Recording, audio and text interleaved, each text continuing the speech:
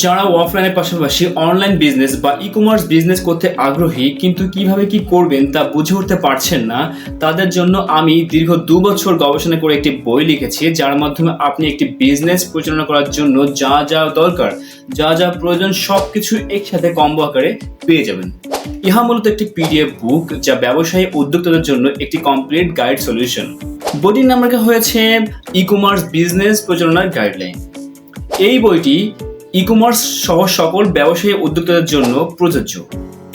এই বইটির মাধ্যমে মেইনলি আপনি ই কমার্স ব্যবসা পরিচালনা করার জন্য বিস্তারিত কলা কৌশল সম্পর্কে জানতে পারবেন, যেমন ই কমার্সের পরিচিতি, ই কমার্স কি, ইহার বৈশিষ্ট্যসমূহ কি কি হতে পারে, ই কমার্সের বিভিন্ন ধরন সম্পর্কে ধারণা, দৈনিক 24 ঘন্টা ই কমার্স বিজনেস পরিচালনা করার ক্ষেত্রে কি কি সুযোগ সুবিধা আপনি পেতে পারেন সেই সম্পর্কে বিস্তারিত ধারণা দেওয়া হয়েছে। বিভিন্ন মুদ্রা, ভিন্ন ভিন্ন ভাষায় লেনদেন সম্পর্কে ধারণা দেওয়া হয়েছে। শিপিং ও লজিস্টিক সম্পর্কে ধারণা দেওয়া হয়েছে। নতুন বাজারে প্রবেশের সুযোগ সুবিধা কি কি হতে পারে, ডিজিটাল মার্কেটিং ও বিজ্ঞাপন সম্পর্কে ধারণা দেওয়া হয়েছে। বৈশ্বিক প্রতিযোগিতার সুযোগ সুবিধা কি কি হতে পারে সেই সম্পর্কে একটি ধারণা দেওয়া হয়েছে। কম খরচে বিজনেস পরিচালনা কিভাবে করা যেতে পারে সেই সম্পর্কে ধারণা দেওয়া হয়েছে।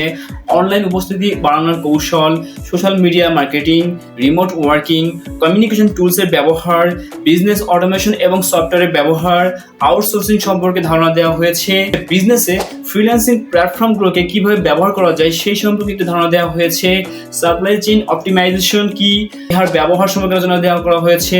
কায়িক পরিশ্রম এবং পরিবহন খরচ কমানোর মাধ্যমে কিভাবে একটি বিজনেস পরিচালনা করা যায় সেই সম্পর্কে আলোচনা করা হয়েছে। ইন্টার্নশিপ এবং প্রশিক্ষণ প্রোগ্রাম সম্পর্কে ধারণা দেওয়া হয়েছে। অব্যবহৃত সম্পদের ব্যবহার সম্পর্কে আলোচনা করা হয়েছে। ফিনান্সিয়াল ম্যানেজমেন্ট সম্পর্কে আলোচনা করা হয়েছে। ওয়ার্ল্ড ওয়াইড বিক্রয় সম্পর্কে ধারণা দেওয়া হয়েছে। পেমেন্ট গেটওয়ে কি, পেমেন্ট গেটওয়ে বা ফরেন পেমেন্ট গেটওয়ে ব্যবহার, কাস্টমারের চাহিদা পূরণ, অপারেশনাল খরচ কমানোর কৌশল, গ্রাহক সেবা উন্নতিকরণ কিভাবে করা যেতে পারে সেই সম্পর্কে আলোচনা করা হয়েছে। বিভিন্ন ব্যবসার ধরন এবং পরিকল্পনা প্রণয়ন, অনলাইন ফ্যাশন স্টোর সম্পর্কে ধারণা দেওয়া হয়েছে। অনলাইন গ্রোসারি শপ কিভাবে এস্টাবলিশ করতে হয় সেই সম্পর্কে ধারণা দেওয়া হয়েছে। SWOT বিশ্লেষণ করা হয়েছে। পণ্যের ধরনের প্রধান বিভাগসমূহ কি কি হতে পারে সেই সম্পর্কে আলোচনা করা হয়েছে। অনলাইন সার্ভিস, পণ্যের ধরনের ভিত্তিতে মার্কেটিং কৌশল, supply chain management, supply chain ম্যানেজমেন্টের প্রধান ধাপসমূহ কি কি হতে পারে সেই সম্পর্কে আলোচনা করা হয়েছে। ডেলিভারি এবং লজিস্টিক সাপোর্ট কিভাবে ব্যবহার করা যেতে পারে সেই সম্পর্কে আলোচনা করা হয়েছে। সাপ্লাই চেইন ম্যানেজমেন্টের চ্যালেঞ্জসমূহ কি কি হতে পারে, সাপ্লাই চেইন ম্যানেজমেন্টের ভবিষ্যৎ প্রবণতা কি কি হতে পারে, ওয়েবসাইট ডিজাইন এবং ডেভেলপমেন্ট সম্পর্কে বিস্তারিত ধারণা দেওয়া হয়েছে। ওয়েবসাইট তৈরির জন্য প্ল্যাটফর্ম কিভাবে নির্বাচন করতে হয় সেই সম্পর্কে আলোচনা করা হয়েছে। ওয়েবসাইট ডিজাইনের প্রধান ধাপসমূহ কি কি হতে পারে সেই সম্পর্কে ধারণা দেওয়া হয়েছে। টাইপোগ্রাফি কি, টাইপোগ্রাফি সম্পর্কে ধারণা দেওয়া হয়েছে। ওয়েবসাইট ডিজাইন প্রক্রিয়া কি কি হতে পারে, ওয়েবসাইটের সিকিউরিটি সম্পর্কে আলোচনা করা হয়েছে।